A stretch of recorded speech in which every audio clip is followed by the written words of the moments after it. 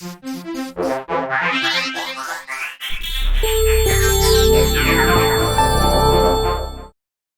నామానికి మహిమ కలుగునగాక. మా ఈ కార్యక్రమానికి మిమ్మల్ని స్వాగతిస్తున్నాం. ఇప్పటికే చాలామంది సబ్స్క్రైబ్ చేసుకున్నారు. ఇంకా మీరు ఒకవేళ సబ్స్క్రైబ్ చేయకపోతే లివింగ్ స్టోన్ మినిస్ట్రీస్ని సబ్స్క్రైబ్ చేయండి. ఇప్పుడు మరలా మనం దేవుని యొక్క వాక్యంలోనికి వెళుతున్నాం. ఇవాళ ఒక మంచి అంశాన్ని మనం నేర్చుకోబోతున్నాం దేవుని సన్నిధిలో. న్యాయాధిపతుల గ్రంథము 6వ అధ్యాయం 36 నుండి 40 వచనాలు నేను చదువుతున్నాను, జాగ్రత్తగా వినండి. అప్పుడు గిద్యోను, నీవు సెలవిచ్చినట్లు నా చేత ఇశ్రాయేలీయులను రక్షింపనుద్దేశించిన ఎడల నేను కళ్ళమున గొర్రెబొచ్చు ఉంచిన తరువాత నేల అంతయు ఆరి ఉండగా ఆ గొర్రెబొచ్చు మీద మాత్రమే మంచు పడున ఎడల నీవు సెలవిచ్చినట్లు ఇశ్రాయేలీయులను నా మూలముగా రక్షించదువని నేను నిశ్చయించుకొందునని దేవునితో అనెను. అలాగు జరిగెను. అతడు ప్రొద్దుట లేచి ఆ బొచ్చును పిడిచి నీళ్లతో పాత్ర నిండు వరకు ఆ బొచ్చు నుండి మంచును పిండెను.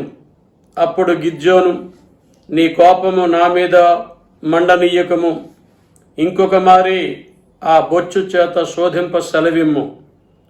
నేల అంతటి మీద మంచు పడి ఉండగా ఆ బొచ్చు మాత్రమే పొడిగా ఉండనిమ్మని దేవునితో అనగా ఆ రాత్రి దేవుడు అలాగున చేసెను. నేల అంతటి మీద మంచు పడినను ఆ బొచ్చు మాత్రమే పొడిగా ఉండెను. చదువుబడిన ఈ లేఖన భాగములో పరిశుద్ధాత్మ దేవుడు మనకు సహాయం చేయునుగాక. ప్రియులారా, ఈ న్యాయాధిపతుల గ్రంథంలో గిద్యోను అనే ఒక సామాన్యమైనటువంటి ఒక వ్యవసాయకుడిని మనం చూస్తూ ఉన్నాం. ఈ గిద్యోను అనే ఈ వ్యక్తి మిద్యానీయులకు భయపడి గానుగ చాటున గోధుమలు దొల్లగొట్టుకుంటుండగా జరిగినటువంటి దర్శనమిది. మిద్యానీయులకు భయపడి గానుగ చాటుకు వెళ్ళిపోయి గోధుమలు దొల్లగొట్టుకుంటున్న సమయంలో దూత ప్రత్యక్షమై భయపడకము అని ఒక సంభవం, జరగబోయే ఒక సంభవాన్ని ఆయనకు తెలియజేసినట్లుగా మనం చూస్తూ ఉన్నాం. ఏమిటా సంభవం అంటే, ఇదిగో నీ ద్వారా ఇశ్రాయేలు ప్రజలను విడిపిస్తాను. ఓ గిద్యోను, బలాఢ్యుడా, నీవెందుకు దాక్కుండిపోయావు? నువ్వు బలహీనుడు కాదు. గిద్యోను అనే మాటకు అర్థం ఏమిటంటే చెట్లు కొట్టేవాడు అని అర్థం. గానుగ చాటుకు వెళ్ళిపోయాడు, గోధుమలు దుళ్ళగొట్టుకుంటున్నాడు. మిద్యానీయులకు భయపడి పారిపోయినటువంటి గిద్యోనికి దేవదూత ప్రత్యక్షమై, ఓ బలాఢ్యుడా, వాడు అసలే పిరిగితనంతో వెళ్ళిపోయాడు. కానీ దేవుడు దూత చేత పలికిస్తున్న మాట ఏమిటంటే, గిద్యోని, ఓ బలాఢ్యుడా, ఇశ్రాయేలీయులను నీ ద్వారా విడిపిస్తాను. అప్పుడు గిద్యోను, నీవు సెలవిచ్చినట్లు నా చేత ఇశ్రాయేలీయులను రక్షింపనుద్దేశించిన ఎడల నీ ద్వారాగా ఇశ్రాయేలీయులకు రక్షణ వస్తుందయ్యా గిద్యోను అని చెప్పినప్పుడు, గిద్యోను ఎందుకో ఆయన గాబరా పడిపోయాడు, ఊహించుకోలేకపోయాడు. ఇది నా వల్ల సాధ్యమేనా అన్నట్టుగా అయిపోయిన పరిస్థితుల్లో గిద్యోను ఇక్కడ, ఒకవేళ నా వలనే ఇశ్రాయేలీయులకు రక్షణ కలుగుతుంది అంటే నాకు ఒక సూచక క్రియ చూపించు అన్నాడు. నాకేదైనా ఒక రుజువు కావాలి, నా ద్వారా ఇశ్రాయేలు ప్రజలకు రక్షణ కలుగుతుంది అంటే నాకు ఒక రుజువు కావాలి అన్నట్టుగా ఒక సూచన అడుగుతున్నాడు. యేసుక్రీస్తు వారి కాలములో కూడా ఆనాడు చాలామంది ప్రజలు దేవుణ్ణి పట్టు యేసుక్రీస్తుని అడుగుతూ వాళ్ళు సూచక క్రియలు అడిగారు. మత్తయి సువార్త 12వ అధ్యాయము 38 నుండి 40 వచనాలు చదివితే, శాస్త్రులు పరిసయ్యులు కొందరు నీ వలన ఒక సూచక క్రియను మేము చూడగోరుచున్నామన్నారు. ఆ రిఫరెన్స్లన్నీ మీరు రాసుకుని తర్వాత ధ్యానం చేయండి. ఒక సూచక క్రియ మాకేదైనా చూపించు అన్నారు. మార్కు సువార్త 8వ అధ్యాయం 11, 12 వచనాల్లో కూడా సూచక్రియ ఎందుకు అడుగుచున్నారు అన్నాడు యేసుక్రీస్తు వారు. మీరు ఎన్నో సూచక క్రియలు మీ మధ్యన జరిగాయి, ఎన్నో అద్భుతాలు మీ మధ్యన జరిగాయి, అయినా మీరు ఇప్పుడు మరలా సూచక క్రియ అడుగుచున్నారు. ఎందుకు మీరు సూచక క్రియను చూడగోరుచున్నారు అంటున్నాడు. లూకా శుభవార్త 9వ అధ్యాయం 29 నుండి 32 వచనాలు, 29, 32 వచనాలు చదివితే ఆయన ముఖ రూపము మారెను, దేవుని మహిమ యేసులో వాడు చూశారు. అది వాడికి ఒక గొప్ప సూచక క్రియగా అక్కడ మనకి కనిపిస్తూ ఉంది.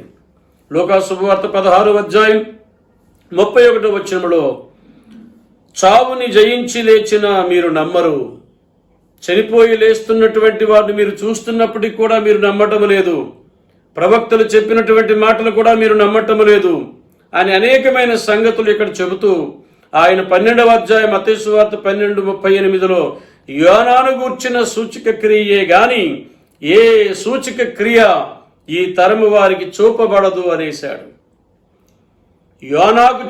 యోనాను బట్టి మీరు ఒక సూచక క్రియ నేర్చుకోండి, అదే మీకు ఒక గొప్ప సూచక క్రియ.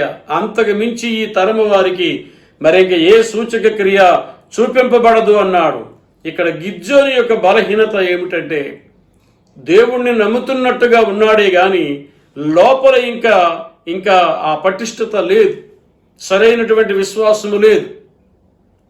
నా వలన ఇశ్రాయేలీయులకి రక్షిస్తావా, నా వలన రక్షిస్తావా అంటే నేను ఏపాటి వాడును అన్నట్టు పరిస్థితిలో ఉన్నాడు గిద్యోను.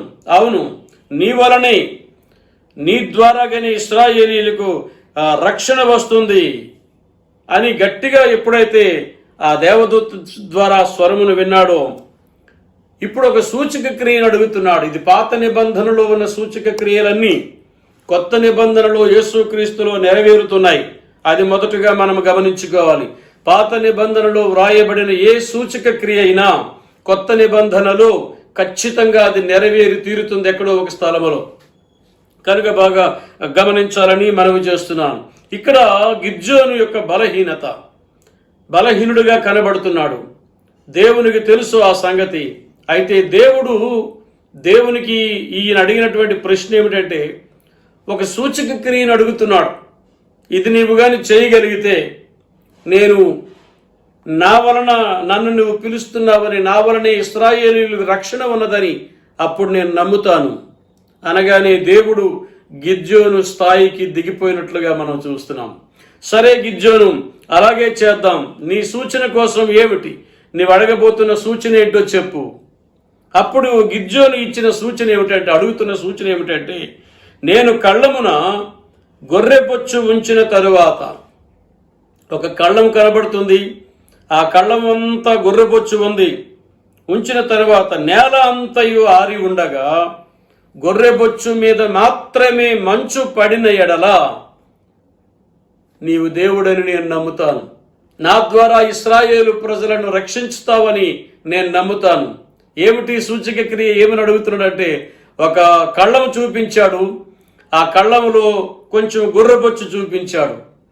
ఏమంటున్నాడు తెలుసా, ఈ కళ్ళమంతా పొడిబారిపోయి ఉండాలి, కళ్ళములో ఎక్కడ వర్షం పడడానికి వీల్లేదు, ఎక్కడ మంచు పడడానికి వీల్లేదు, కేవలం గొర్రెబొచ్చు మీద మాత్రమే మంచు పడాలి అని వెళ్ళిపోయాడు. సరే వెళ్ళిపోయి ఆ రాత్రి గడిచిపోయింది. తెల్లవారేసరి గిద్యోను కళ్ళం మీదకి వచ్చాడు.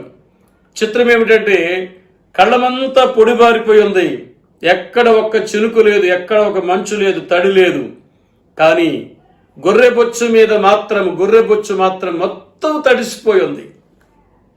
దీనిలో ఒక పరమార్థం ఉంది. ఎందుకంటే నేను ముందుగానే చెప్పాను, పాత నిబంధనలో ఏ సూచక క్రియ మనకు కనిపించినా అది కొత్త నిబంధనలు ఎక్కడో ఒక చోట అది నెరవేరి ఉంటుంది, ఇంకా ఒకవేళ భవిష్యత్తులో నెరవేరబోతుంది. ప్రతి సూచక క్రియ క్రీస్తులో ఖచ్చితంగా నెరవేరుతుంది. అయితే ఒక విషయం గమనించండి, ఇక్కడ ఒక కళ్ళం కనబడింది, కళ్ళానికి మధ్యలో కొంత గొర్రెబొచ్చు కనిపించింది. ఆయన అడిగినటువంటి సూచక క్రియ ఏంటో తెలిసిన, కళ్ళం మీద నీరుండడానికి వీల్లేదు, కళ్ళమంతా పొడిగా ఉండాలి, ఒక్క గొర్రెబొచ్చు మాత్రమే తడిసిపోయి ఉండాలి. అంటే ఇప్పుడు రాత్రికి పడే వర్షము, రాత్రికి పడే మంచు ఎక్కడ పడాలని? ఒక్క గొర్రె బొచ్చు మీద మాత్రమే పడాలి. ఉదయాన్నే నేను వచ్చి చూసేసరికి కళ్ళం మీద ఎక్కడా నీటి చుక్క ఉండడానికి వీల్లేదు. అలాగే వచ్చాడు. రాగానే ఏం జరిగిందో తెలుసునా? వచ్చిన వెంటనే కళ్ళంలో చూశాడు. చూసిన వెంటనే నిశ్చయించుకుని వచ్చాడు. అలాగున జరిగెను అని రాయబడి ఉంది ఇక్కడ. ఇశ్రాయేలీయులను నా మూలముగా రక్షించదవని నేను నిశ్చయించుకొందునని దేవునితో అనెను. అలాగున జరిగెను. అతడు ప్రొద్దుట లేచి, అంటే రాత్రి నిన్న జరిగింది, ప్రొద్దుట లేచి చెబుతున్నాడు ఇక్కడ, లేచి ఆ బొచ్చును పిడిచి నీళ్లతో పాత్ర నిండు వరకు ఆ బొచ్చు నుండి మంచును పిండెను. అంటే కళ్ళమంతా పొడిబారిపోయి ఉంది. మధ్యలో ఉన్న గొర్రె బొచ్చు మాత్రమే తడిసిపోయింది. ఆ గొర్రె బొచ్చు మీద చెయ్యి వేశాడు. ఆ గొర్రె బొచ్చును తీసుకుని వెళ్ళి పక్కన ఉన్న పాత్రలో పిండాడు. ఆశ్చర్యం! కళ్ళంలో ఎక్కడ నీటి చుక్క లేదు. ఒక్క గొర్రె బొచ్చు మీద మాత్రమే మంచు పడింది. వినండి, ఇక్కడ కళ్ళము కనబడుతుంది, గొర్రె బొచ్చు కనబడుతుంది, మంచు కనబడుతుంది. తర్వాత మీకు ఆ విషయాలు నేను వివరిస్తాను. అది రెండవసారి ఏమంటున్నాడు చూడండి. అలాగనే జరిగింది. అప్పుడు గిద్యోను, అయ్యా మరొక్కసారి మాత్రమే నేను నిన్ను శోధిస్తున్నాను అనుకోవద్దు, మరొక్కసారి మాత్రమే అని అంటున్నాడు. చూడండి, నీ కోపము నా మీద మండనీయకము, ఇంకొక్క మారే ఆ బొచ్చు చేత శోధింప సెలవిమ్ము అంటున్నాడు. దేవుని శోధిస్తున్నాడు గిద్యోను. అయినా దేవుడు తనకు తాను గిద్యోను యొక్క స్థాయికి దిగిపోతున్నాడు. దేవుడు తను ఏదైనా ఒక మనిషి ఎడల ఒక కార్యక్రమం జరిగించాలనుకునేటప్పుడు ఖచ్చితంగా దేవుడు దిగిపోతాడు. తన స్థాయిని తగ్గించుకుని వచ్చేస్తాడు. విడిచిపెట్టకూడని భాగ్యమని ఎంచుకొనలేదు కానీ యేసుక్రీస్తు వారు తన మహిమనంతటిని విడిచిపెట్టి మానవ దేహమును ధరించుకుని మానవుల మధ్యకు ఏ రీతిగా తనకు తాను తగ్గించుకుని వచ్చాడో ఇక్కడ గిద్యోను జీవితంలో కూడా అదే జరుగుతుంది పిల్లలారా, అదే జరుగుతుంది. ఎందుకంటే వెంటనే ఆ దేవుడు తనకు తాను తగ్గించుకుని గిద్యోను యొక్క మాటకు లోబడిపోయినట్లుగా మనం చూస్తున్నాం. బైబిల్ గ్రంథంలో చాలా విషయాలు ఇలాంటివి ఉంటాయి. గత దినాల్లో నేను చాలా ప్రసంగాలు చేస్తున్నాను. అబ్రహాం విషయంలో కూడా వచ్చి నీళ్లు తాగమంటాడు, కాళ్ళు కడుక్కోమంటాడు, భోజనం పెడతాను తినమంటాడు, అన్నిటికీ సరే అంటాడు దేవుడు. అంటే ఒక భక్తుని ద్వారాగా దేవుడు ఏదైనా ఒక కార్యం జరిగించుకోవాలని ఆయన సంకల్పంలో ఉంటే మాత్రం ఆ భక్తుని కోసం దేవుడు ఎంతకైనా కిందకి దిగుతాడు. గిద్యోని విషయంలో అదే విధముగా దేవుడు తనకు తాను తగ్గించుకున్నట్లుగా మనం చూస్తున్నాం. సూచన అడుగుచున్నాడు, అక్షరాలు అలాగే జరిగిపోయింది. ఏమిటి మొదటి సూచన? గొర్రెబొచ్చు మాత్రమే తడిసిపోవాలి, కళ్ళమంతా తడవకూడదు. ఇది తర్వాత నేను మళ్ళీ మీకు వివరిస్తాను. ఇక్కడ గమనించుకోండి, కళ్ళం ఉంది, కళ్ళం మధ్యలో గొర్రెబొచ్చు ఉంది, గొర్రెబొచ్చు మీద మంచు పడాలి. 3 విషయాలు ఇక్కడ ఉన్నాయి. మళ్ళీ ఇప్పుడు ఈ గిద్యోను ఏమంటున్నాడంటే, అయ్యా నీ కోపము నా మీద మండనీయకము, ఇంకొక్క మారే బొచ్చు చేత శోధింప సెలవిము. ఏ బొచ్చు అది? అది గొర్రె బొచ్చే. ఆ గొర్రె బొచ్చు చేత శోధింప సెలవిము. ఇప్పుడు ఏమని అడుగుతున్నాడు తెలుసునా? ఏమిటా శోధన తెలుసునా? నేల అంతటి మీద మంచు పడాలి, గొర్రె బొచ్చు మాత్రమే ఎండిపోయి ఉండాలి అంటున్నాడు. మనకు అనిపిస్తుంది గిద్యోను ఏమైనా కొంచెం తలలేనివాడా, జ్ఞానం లేనివాడా? ఇప్పుడు మొదటి కార్యం చేసిన దేవుడు కళ్ళము ఎండొద్దు, గొర్రెబొచ్చు తడిసిపోవాలి అన్నాడు. అలాగే చేశాడు దేవుడు. ఇప్పుడేమంటున్నాడు? గొర్రెబొచ్చు తడొద్దు, కళ్ళము తడిసిపోవాలి అంటున్నాడు. అది చేసిన దేవుడు ఇది చెయ్యలేడా? చెయ్యగలడు. కానీ గిద్యోను అడిగినటువంటి ఆ ప్రశ్నలో లేక ఆ సూచక క్రియలో కొత్త నిబంధనలో నెరవేరబోతుంది. ఆనాటి సూచక క్రియ కొత్త నిబంధనలో నెరవేరబోతుంది. కాబట్టి దేవుడు ఆ 2 ప్రశ్నలు కూడా ఆయన ఆహ్వానించవలసి వచ్చింది. సరే, మొదటి ప్రశ్న నెరవేరింది, మొదటి సూచక క్రియ జరిగింది. ఇప్పుడు రెండవ సూచక క్రియ ఏమిటంటే కళ్ళమంతా తడిసిపోవాలి, కళ్ళమంతా నీటితో నిండిపోవాలి, మధ్యలో ఉన్న గొర్రెబొచ్చు మాత్రము ఎండిపోయి ఉండాలి అన్నాడు. మొదటిది తడిసిపోయిన గొర్రెబొచ్చు, రెండవది ఎండిపోయిన గొర్రెబొచ్చు. మొదటిది కళ్ళము తడిసిపోవాలి, ఇప్పుడు ఎండిపోయి ఉండాలి, ఇప్పుడు కళ్ళము తడిసిపోయి ఉండాలి. అక్కడ మంచు కనబడుతుంది మొదటి సూచక క్రియలో, రెండవ సూచక క్రియలో కూడా మంచు కనబడుతుంది. ఇప్పుడు ఇది ఎక్కడ నెరవేరింది? కొత్త నిబంధనలో ఎక్కడ నెరవేరింది? గొర్రెబొచ్చు ముందు లోకాన్ని తీసుకుందాం, లేక కళ్ళము అంటే లోకానికి సూచన. కళ్ళము మధ్యలో కొంత గొర్రెబొచ్చు ఉంది. కళ్ళము మధ్యలో గొర్రెబొచ్చు అపోస్తల కార్యములు 2వ అధ్యాయములో మేడగదిలో ఉన్న కొంతమంది గొర్రెలు, కొంతమంది విశ్వాసులకు సూచనది. అంటే కళ్ళమనగా లోకము, గొర్రెబొచ్చు అనగా విశ్వాసులు, మంచు అనగా పరిశుద్ధాత్మ. ఈ 3 విషయాలు గమనించాలి. మొదటి సూచక క్రియలో ఏమన్నాడో తెలుసునండి, కళ్ళమంతా ఎండిపోయి ఉండాలి, గొర్రెబొచ్చు మాత్రమే తడిసిపోవాలి అన్నాడు. దేని చేత తడవాలి? గొర్రెబొచ్చు మంచు చేత తడిసిపోవాలి. సరే, ఆ రాత్రి మంచు కురిసింది, గొర్రెబొచ్చు తడిసిపోయింది, కళ్ళము ఎండిపోయినట్లుగానే కనిపించింది. ఇది దేనికి సూచన అంటే అపోస్తల కార్యములు 2వ అధ్యాయములో పరిశుద్ధాత్ముడు దిగి రావడం మనం చూస్తున్నాం. అక్కడ మేడగదిలో సుమారు 120 మంది విశ్వాసులు అనబడిన గొర్రెబొచ్చు అక్కడ కూర్చొని ఉంది. కేవలం పరిశుద్ధాత్ముడు మొదట వచ్చినప్పుడు, ఆది సంఘము మీదకి వచ్చినప్పుడు, మేడగదిలోనికి వచ్చినప్పుడు కేవలం అక్కడ 120 మంది మాత్రమే విశ్వాసులే ఉన్నారు. అంటే కళ్ళము చాలా విశాలంగా ఉంది, లోకము చాలా విశాలంగా ఉంది. కానీ పరిశుద్ధాత్మ దేవుడు మొట్టమొదటిగా ఆ 120 మంది ఉన్నటువంటి మేడ గదిలోనికి దిగాడు. మంచు పరిశుద్ధాత్మ, ఆ పరిశుద్ధాత్మ మొట్టమొదటిగా గొర్రెల మీదకు దిగి వచ్చినట్లుగా మనం చూస్తున్నాము. ఇప్పుడు రెండవది అదే ప్రశ్నని, అదే సూచక క్రియని ఎలా అడుగుతున్నాడో తెలుసిన? ఇప్పుడేమై ఉండాలి? కళ్ళమంతా తడిసిపోవాలి, గొర్రెబొచ్చు మాత్రము ఎండిపోయి ఉండాలి. గొర్రెబొచ్చు మీద మంచు కురవడానికి వీలు లేదు, కళ్ళం మీద మంచు కురవాలి అన్నాడు. అది కూడా వాక్యంలో నెరవేరింది. పరిశుద్ధాత్ముడు వచ్చిన తర్వాత మొట్టమొదటిగా ఆ కొద్దిపాటి జనాంగము మీదనే పరిశుద్ధాత్మ కుమ్మరింపును మనం చూసాం అపోస్తల కార్యములు 2వ అధ్యాయములో. ఇప్పుడు అదే పరిశుద్ధాత్ముడు లోకమంతటికి వ్యాపించేశాడు. లోకమంతా కళ్ళమంతా వ్యాపించేసింది, కళ్ళమంతా ఆత్మచేత నిండిపోయింది, కళ్ళమంతా మంచు చేత నిండిపోయింది. గొర్రెబొచ్చు మాత్రము ఎండిపోయినట్లుగా మనం చూస్తున్నాం. ఆ ఎండిపోవడం అంటే అర్థం ఏంటో తెలిసిన? అది ఆది కాలము నాటి గొర్రెలకు లేక క్రైస్తవ సమాజానికి, సంఘానికి అది ఒక శ్రమలు దినము, శ్రమలు. ఆ కష్టకాలాన్ని దేవుడు ఎండిపోయినట్లుగా చేశాడు. ఆ కాలంలో వారు ఒక స్థలములో నివసింపలేకపోయారు. అందరూ శత్రుమూకరు ఎక్కువైపోయారు. సంఘానికి శ్రమలు ప్రారంభమై, ఆది కాలములో ఆది సంఘానికి శ్రమలు ప్రారంభమైనాయి.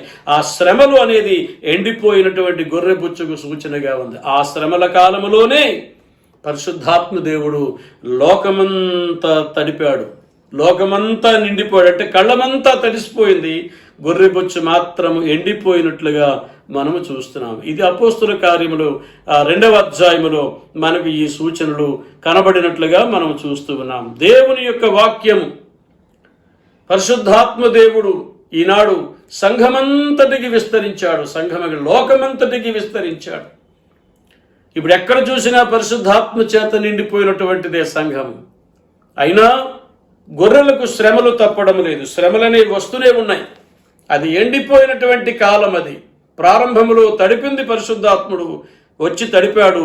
ఇక రెండవసారి ఈ సూచక క్రియ నెరవేరాలి అంటే ఆ కాలంలో, ఆది కాలములోని పరిశుద్ధాత్మను పొందినటువంటి వారు చెదిరిపోయినట్లుగాను, అనేకులకు అనేకమైన శ్రమలు, హింసలు, నిందలు, బాధలు కలిగినట్లుగా మనం చూస్తున్నాం.